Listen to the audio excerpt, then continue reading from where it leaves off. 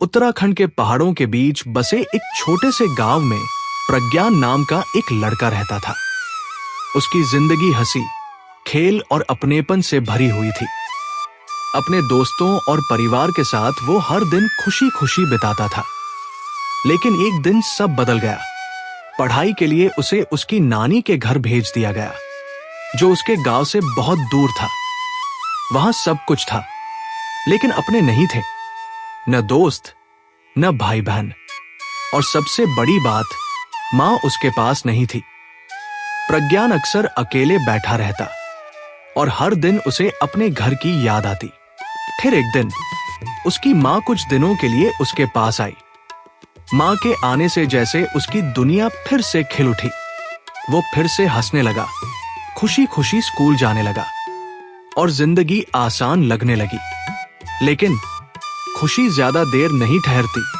वो दिन भी आ गया जब मां को वापस जाना था। उस दिन मां प्रज्ञान से मिलने उसके स्कूल आई। वो उसके लिए खाने की चीजें लाई थी। प्रज्ञान सब समझ गया था, लेकिन उसने अपने आंसू रोक लिए।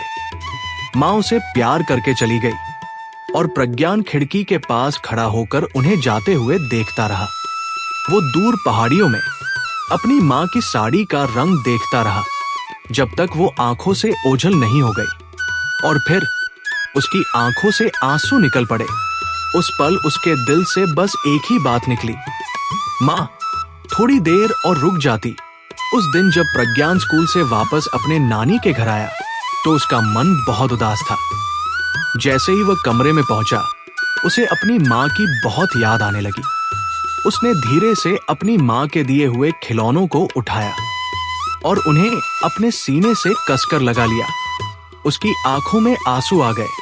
वह चुपचाप बैठा रहा, जैसे उन खिलौनों में ही अपनी मां को महसूस कर रहा हो।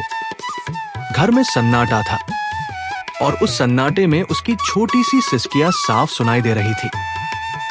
तभी उसकी नानी ने उसे देखा। वह समझ गई कि प्रज्ञान अपने दिल का दर्द छुपाने की कोशिश कर रहा है।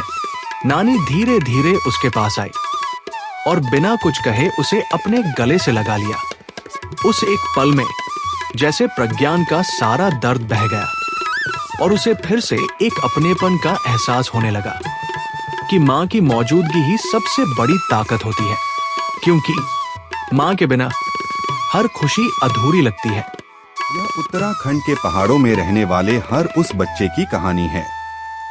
अगर आपको ये कहानी अच्छी लगी हो तो कृपया हमारे चैनल को सब्सक्राइब करें और वीडियो को लाइक करें। हमारे पास ऐसी बहुत सारी भावनात्मक कहानियां हैं। धन्यवाद।